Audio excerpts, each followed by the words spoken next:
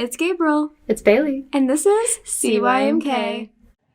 Hi guys, welcome to the CYMK podcast. You're here with your host, Gabriel and Bailey. Yeah.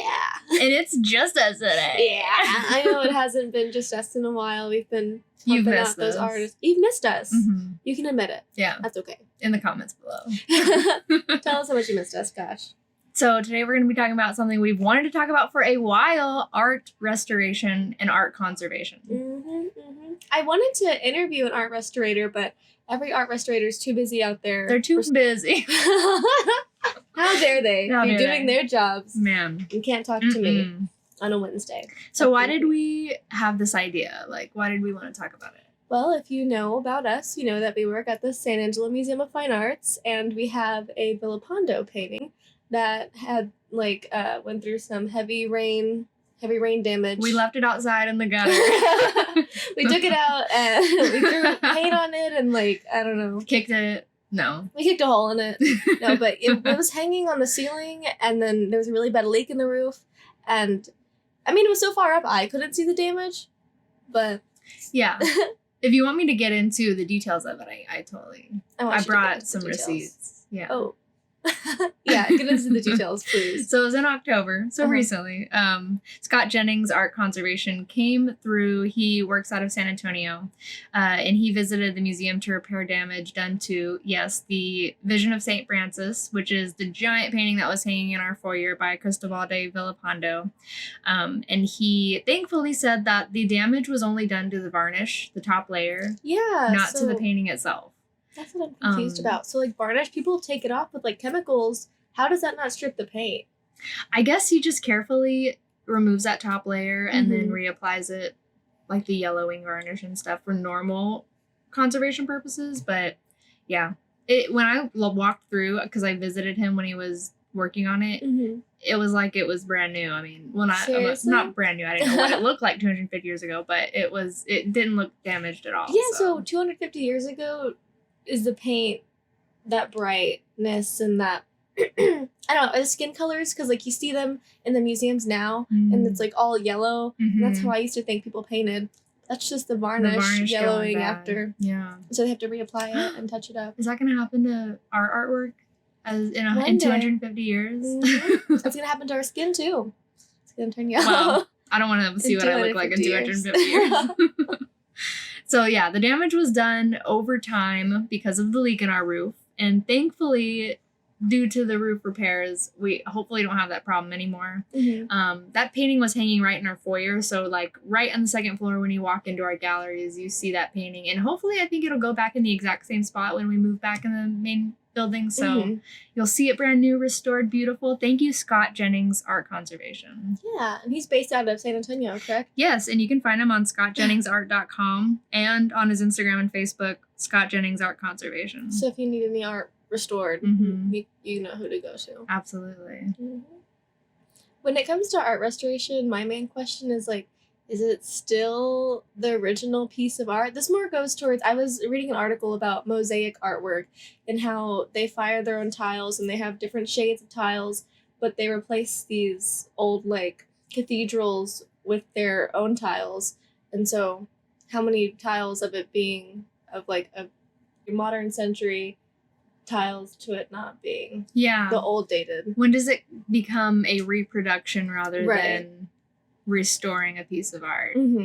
What percentage? Because then you're always, because you restore the idea of it, the memory, but it's always different artists working on it. So that's, if any art restorators out there. Yeah, no, really, I don't know the exact answer obviously, but I think that it would have to be a substantial amount of the art that was gone or replaced for it to be.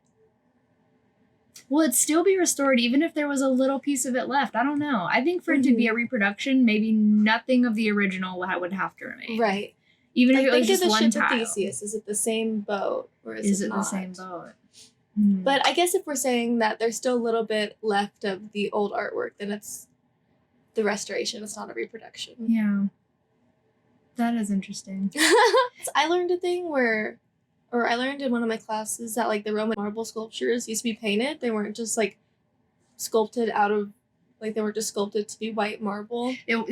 And so just why weren't rock. they? Yeah. So why weren't they restored to their original color? Probably you don't know the original color, and that's perfectly fine. Because I mean, like the carbon, you can only date back so long until it loses all of its like minerals, and so we did look at a couple examples of restored color on some of those Greek and Roman sculptures in art history. In Greek and Roman art. But yeah, maybe they to restore something also does take away a little bit of its authenticity, maybe. Yeah. So they want to keep it as authentic as possible and just show you like a mock-up of what it would look like if it was restored, rather than actually try to put more paint on. That is an artist putting their own spin on things, because you never really know what the true artist's intent was. And if it was like a couple 1,000 years ago. 100,000, 1,100. Do you remember when they restored that painting of Jesus?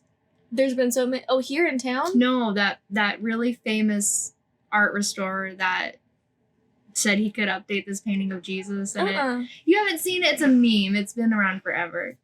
This is Bailey cutting in real quick just to tell you that the story I'm talking about is from 2012, when a amateur painter, Cecilia Jimenez, attempted to restore a painting by Elias Garcia Martinez.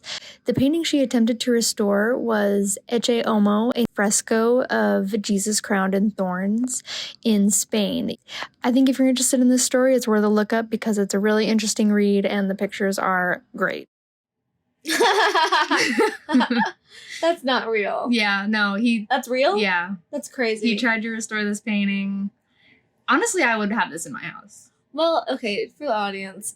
I would have the restored version in my house. It's beautiful. It's not the original. But the original wasn't even that messed up, though. I don't think it calls for such botched. I think he overestimated his abilities, which we all do sometimes. Oh.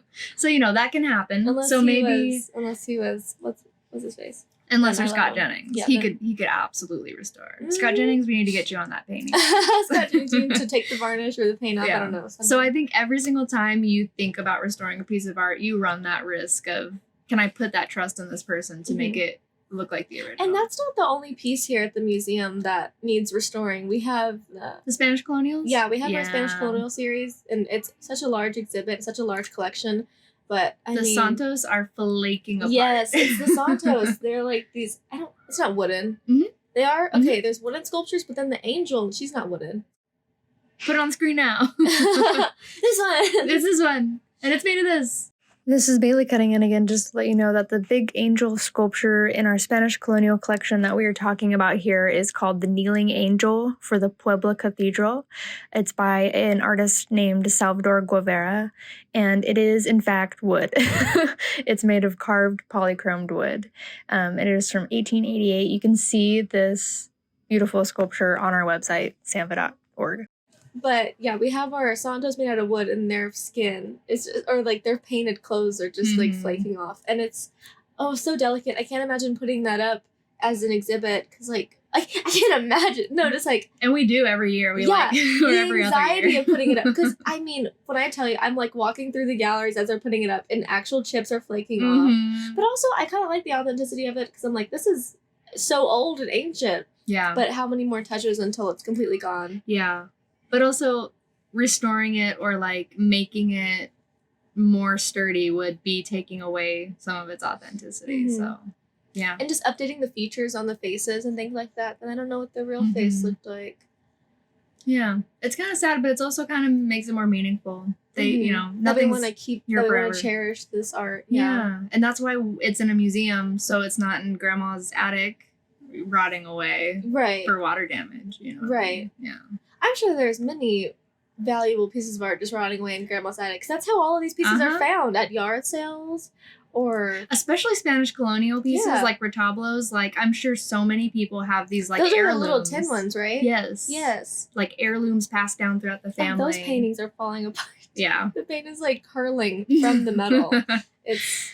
Ugh, they're old. They're just old, They weren't painted on things that were archival. They were literally painted on the things people had around. Yeah, because people didn't think that it was gonna... They used it as, like... I don't want to say... I don't actually know the historical usage of them. Storytelling. Yeah, okay, yeah. Storytelling about the saints. And to, like, pass knowledge and to Mhm. spread religion. So it wasn't made to be seen in 2023. Yeah, I don't think they ever thought those pieces would be cherished in a museum someday, which is kind of fun. That's nice. But then thinking back just how sturdy those structures actually are, though, to have made it. Because then you think about, like, those pieces they carved out of stone whenever, like, caveman time and Neanderthal times, and then how we still have those. Those are sturdier material. And now we just use canvas from Hobby Lobby. So how easy is that going to be to restore, you know? True. I feel like that would just fall true. apart. Like, one bit of, what's that called? Thinner for your oils? Yeah, I don't know. I'm not a paint painter. thinner. Yeah. Paint thinner. It'll, like, melt through your canvas. Yeah, gosh. No, but you did bring up a good point that those retablos have been around for, like, over 300 years, some of them. 300 years. 3 lifetimes. And the That's paint like, is still there, and if the you image think the is Great still there. Depression was long ago. Think even farther. Think even farther back. Okay. Yeah, expand your mind. a long time ago. So some good questions we brought up today. And hopefully we can meet an art restorator who can answer these questions, because I'll have even more. Mm-hmm. And then, I don't know, maybe I'll just call Scott. Scott, when he's call us back. Scott, I emailed you. Scott. Scott, when are you going to be back in town, bud? Sorry, Scott. Sorry, Scott. That was a joke. Thank you, Scott, for restoring our Villa Pondo. We It's appreciate beautiful. I can't wait to see it. I'm excited for our museum is still closed right now. It'll be open in January, Mm-hmm. and then you can look at that luscious painting yourself. That beautiful, beautiful Villa Pondo. And maybe you yourself can research some at home while listening to this short little episode, this little tidbit, just to get your mind racing, thinking about art, waiting to come back to the museum. Because I know I'm waiting. All right, thank you for listening. Thank you. All right, bye-bye. Bye.